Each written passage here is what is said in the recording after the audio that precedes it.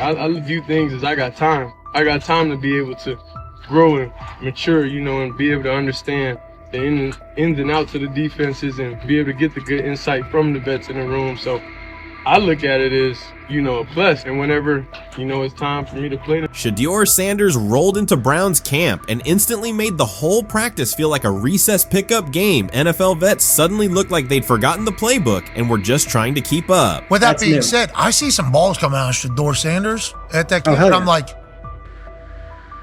kind of looks like a guy. Yeah, I'm reading. He can sling it. Read the team. I see him, some of the veterans, how they talk to him, mic'd up, see what he's doing in the community. Yep. Talking about Njoku there? Njoku, Mike Nebb.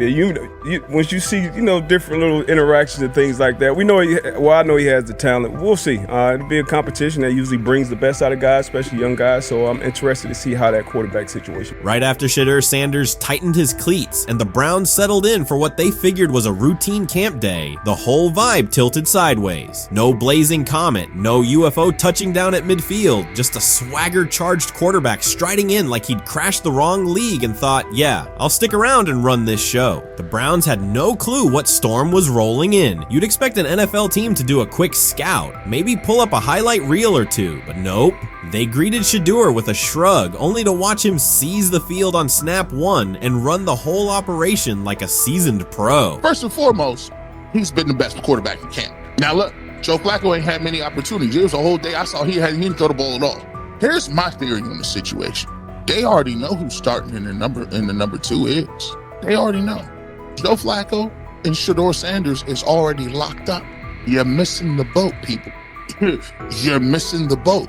Your boy, Kenny Pickett and Dylan Gabriel, they're fighting. Shedeur didn't merely clock in, he hijacked the session. One moment he's loosening his arm, the next he's roasting veteran QBs like faded names on busted draft boards. Defensive coordinators everywhere had the same gut punch reaction.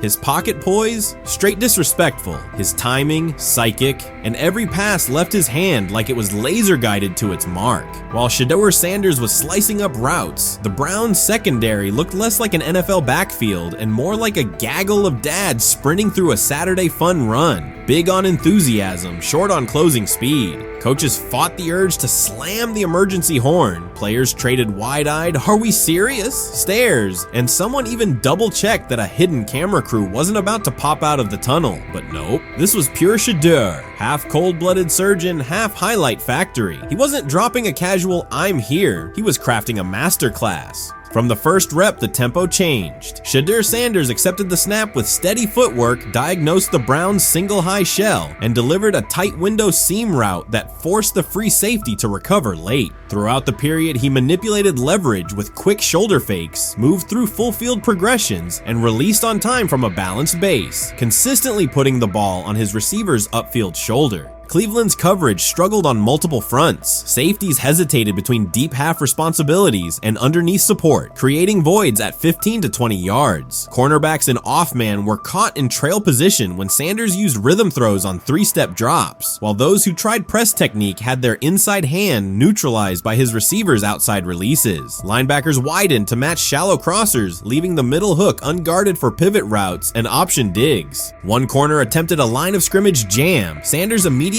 adjusted the route to a back shoulder fade, releasing the ball before the break and rendering the press ineffective. Over the session, he showcased pocket discipline, reclimbing to maintain throwing lanes rather than drifting, and finished with a series of anticipatory throws against cover 2 cloud, fitting vertical outs between the flat and deep half defenders. Sanders' combination of rapid post-snap processing, precise ball placement, and pocket efficiency exposed coverage mismatches at every level and highlighted communication gaps in the Browns secondary. By mid-session, the Browns defensive staff clearly recognized their calls were outmatched. Every adjustment, a roll to cover 6, a simulated pressure, a late rotate to 2 high, was neutralized once Shedeur Sanders confirmed the post-snap picture. Routes that had taken weeks to script were beaten by timing and location. Comeback set at 12 yards broke open before the corner's transition. Slot seam-outs dotted the void between the flat and deep half defender, and boundary receivers beat press with quick hand techniques, receiving distributing the ball before the trail man could recover. Sanders' command was methodical. He used cadence to freeze plug blitzes, re-ID'd the mic when linebackers sugared the A-gaps, and maintained a firm base so he could reset and fire without resetting his feet. His receivers benefited from that rhythm. Top of the stem, eyes back. Ball delivered on their upfield shoulder, allowing immediate transition to YAC. The Browns front tried a late stunt to compress the pocket. Sanders climbed 2 steps, re-spotted the shallow crosser, and delivered in stride, turning a potential sack into a 20-yard gain. What stood out most was how little ramp-up Sanders needed. From his first series, he processed full field concepts at tempo, cycling through progression reads without hitching. The poise under interior pressure, consistency in ball placement, and ability to manipulate zone defenders left the Browns' coordinated disguise packages ineffective and forced them into static coverage by the end of the period.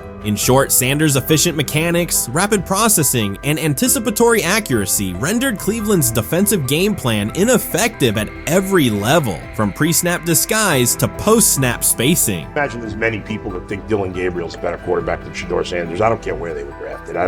If the Browns are the one team that thinks that, then I'm going to suspect it's not true. They don't know what listen, they're they've doing. been on every quarterback evaluation for 30 years. Right. I never root against anybody. Yeah. But I'd be surprised if Dylan Gabriel's ever a legitimate starting quarterback for the Cleveland Browns. I'd be surprised. I just don't think.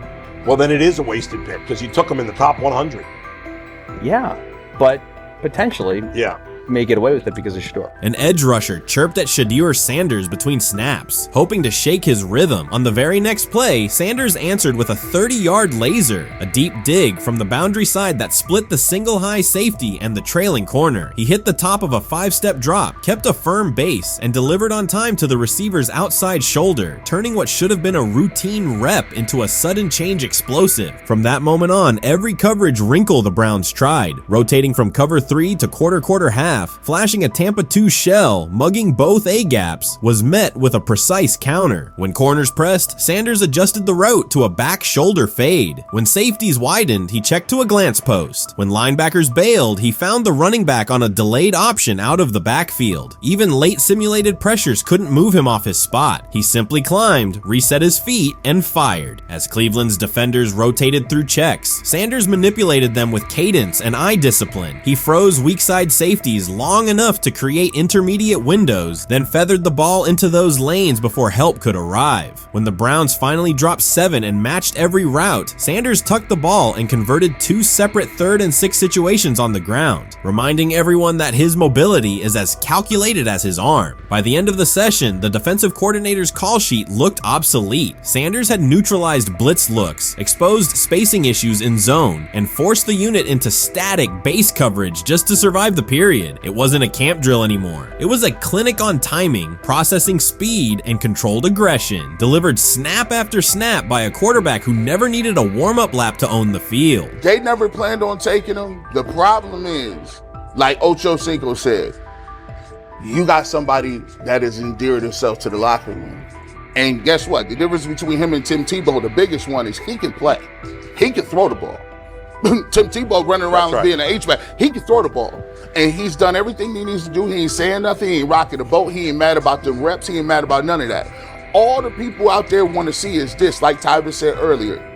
We want to see what he can do with Jerry Jeudy. That's it. I want to see what he can do with David Njoku. I want to see him with Junkins. I want to see him with the first running backs. If you are cooking, if you are beating down the doors with the 3s and 4s, guess what?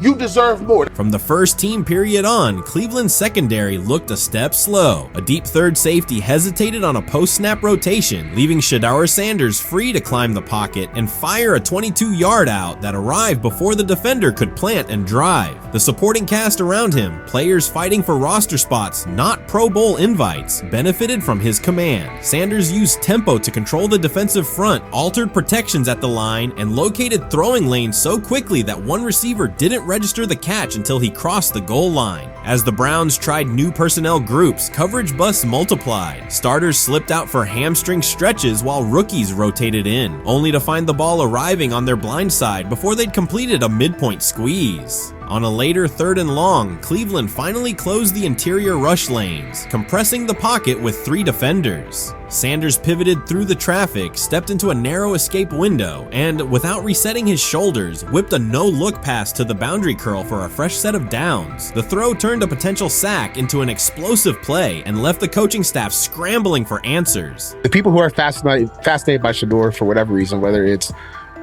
his play, I guess, last year was kind of fun. If you're just like a guy who grew up like loving Deion Sanders and passed that love on down to your kids, I can see why you're like that. The one thing I will give them is you're looking at this quarterback room. If you're a fan of Shedeur and say, why can't he go beat Dylan Gabriel or Joe Flacco or Kenny Pickett? So I do understand that part of it, right? Because why not? Why couldn't he be the Brown starter in October or November? That looks like a quarterback room where everyone will get a chance to start. You made an interesting point. So I tend to have the drip, drip, drip. This was my Johnny Manziel theory, is that everybody makes mistakes, especially when you're young.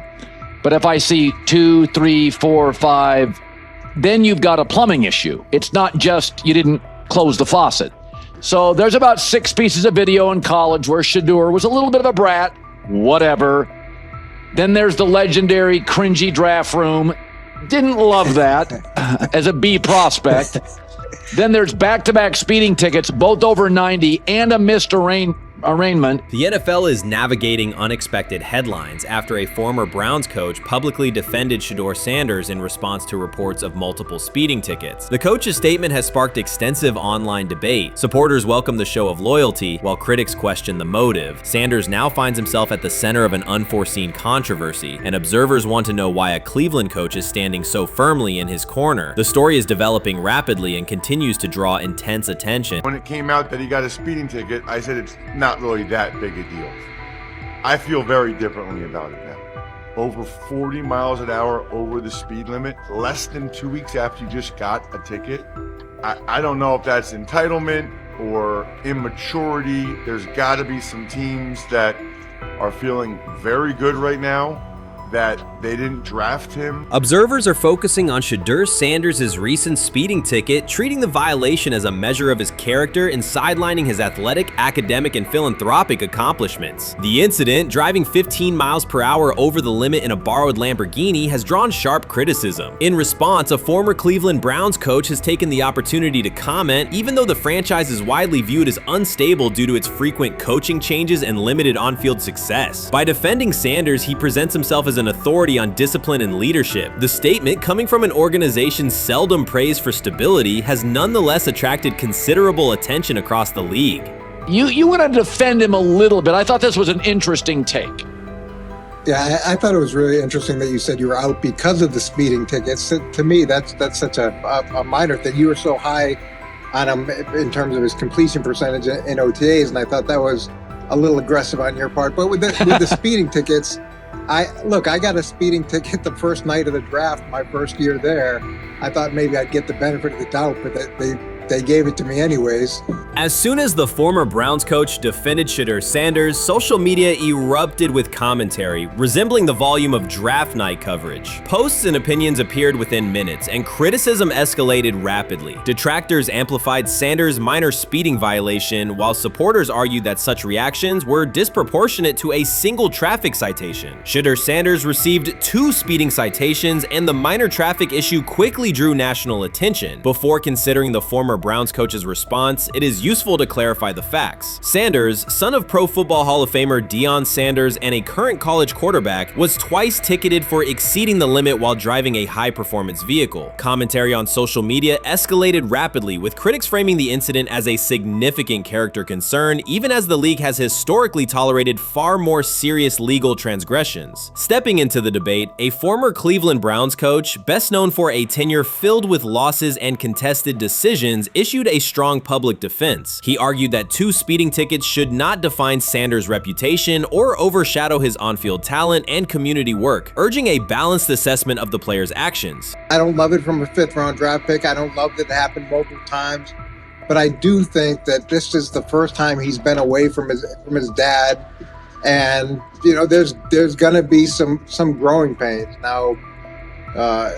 would I sell my stock on it like you are? Not because of a couple speeding tickets, especially in light of the problems that Brown's quarterback room has had to deal with legally in the last few years. I mean, this is nothing. The debate quickly shifted from 2 speeding citations to broader claims about integrity, growth, and leadership. The former Browns coach framed the infractions as moments for personal development and urged observers to view them in context. Critics responded forcefully. Some called for disciplinary action, others questioned Deion Sanders' parenting, and a few sought to discredit the coach himself, despite his professional record already being widely analyzed across the league. The reaction underscores an apparent inconsistency in public standards. Fans often overlook on-field confrontations, heated sideline arguments, and other significant controversies, yet they treated Sanders' routine traffic offenses, speeding without evidence of reckless endangerment, as indicators of serious character flaws. If such minor violations were adopted as the primary measure of morality in professional football, many players would face similar criticism.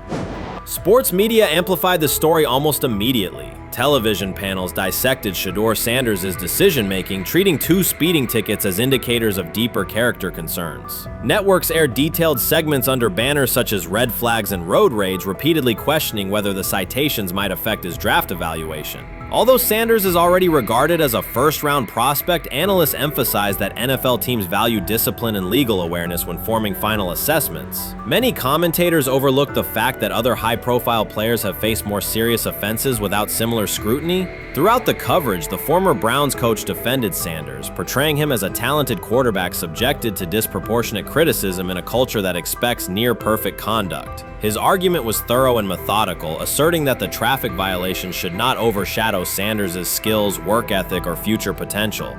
Commentators point out that the coach's intervention was not entirely selfless. He recognized the publicity potential. One day he was an overlooked figure from a struggling Browns era, the next he was a trending name across sports media. The discussion quickly expanded beyond Sanders' speeding citations to questions of image management and narrative control. Critics demanded disciplinary measures, public apologies, team sanctions, and formal statements, yet their objections seemed directed less at the traffic infractions themselves and more at Sanders' high profile, confidence, and resistance to traditional expectations. In practical terms, Sanders' brand remains intact. The coach secures renewed relevance, and the episode supplies another headline in the ongoing story of modern football. The next time Sanders is seen in a high-performance car, the debate will likely reignite, focused not on speed limits, but on the broader culture of the league. Meanwhile, new voices continue to join the conversation. Broadcaster Colin Cowherd has already weighed in, offering his own reassessment of the incident and its broader implications. Breaking news, Shedeur Sanders last night was pulled over going 100 miles per hour. All right, he clocked 101, 41 miles an hour over the speed limit in Cleveland. He will have the opportunity to fight the ticket in court. Now, I'm not exactly sure where he was pulled over, whether or not that it was in Ohio or whether or not that it was in his home state. But typically when you're going 40 over, that's flirting with the line of reckless driving. Folks, I gotta tell you, I don't understand what it is with these young men driving at absurd speed. Colin Cowherd's view of Shedeur Sanders shifted abruptly. Days after praising the quarterback's poise and skill, he appeared on air to declare that Sanders is overhyped, unfocused, and distracted by celebrity. The reversal was immediate, without any gradual reconsideration. Cowherd now frames Sanders' 2 speeding tickets as evidence of poor judgment, even though he has defended other quarterbacks facing far more serious off-field issues. The sudden, wholesale withdrawal of support leaves viewers questioning the consistency of Cowherd's criteria and illustrates how quickly media narratives can change when minor incidents receive outsized attention. This is okay. nothing. Okay. How much of this is? I mean, Jimmy Haslam has his hands all over Manziel, has his hands all over Deshaun Watson. Admitted it, man enough to admit it. I saw the reaction in the draft room when they took Shedeur Sanders. Pretty obvious it wasn't the coach and the GM's pick. How much is this? This team has 8 last place finishes in 13 years owning it. How much of this is we don't have a very good owner here like Washington, D.C. and the Commanders? Yeah, I didn't love the owner stepping in and saying, hey, you got to take this guy in the 5th round. And I doubt they'll ever admit to it. While Colin Cowherd urged teams to move on from Shedeur Sanders, former Browns coach Eric Mangini offered a more measured response. Mangini, whose tenure in Cleveland was marked by mixed results, used his platform to provide context rather than condemnation. Instead of sensationalizing the speeding violations, he encouraged viewers to consider Sanders' circumstances. A 21-year-old quarterback whose life is scrutinized both on and off the field. Mangini acknowledged that the tickets were mistakes, but emphasized that they do not by themselves define Sanders' character or future. He noted the extraordinary attention athletes received today, combining the responsibilities of quarterback, public figure, and social media presence. Under such pressure, missteps are magnified, and criticism multiplies quickly. Mangini concluded that any evaluation of Sanders should weigh the totality of his behavior, performance, and growth, rather than isolate 2 traffic citations as decisive evidence of poor judgment.